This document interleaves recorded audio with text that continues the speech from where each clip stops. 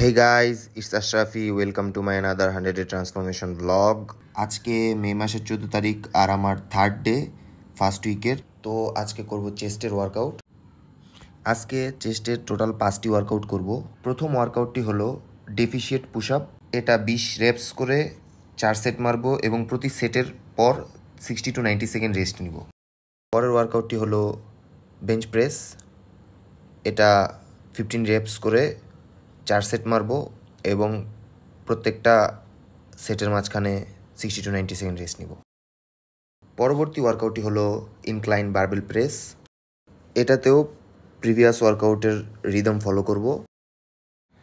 পরবর্তী ওয়ার্কআউটটি হলো chest press. এটাও 20 র্যাপস করে 3 সেট মারবো এবং প্রত্যেকটা সেটের পর 60 to 90 সেকেন্ড রেস্ট নিব মাস্ট।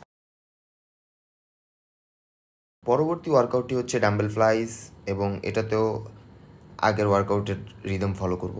আজকের মতো আমার ওয়ার্কআউট শেষ। নেক্সট ভিডিওতে আমার ওয়ার্কআউট প্ল্যান শেয়ার করব। So guys, stay tuned with me. আল্লাহ হাফেজ।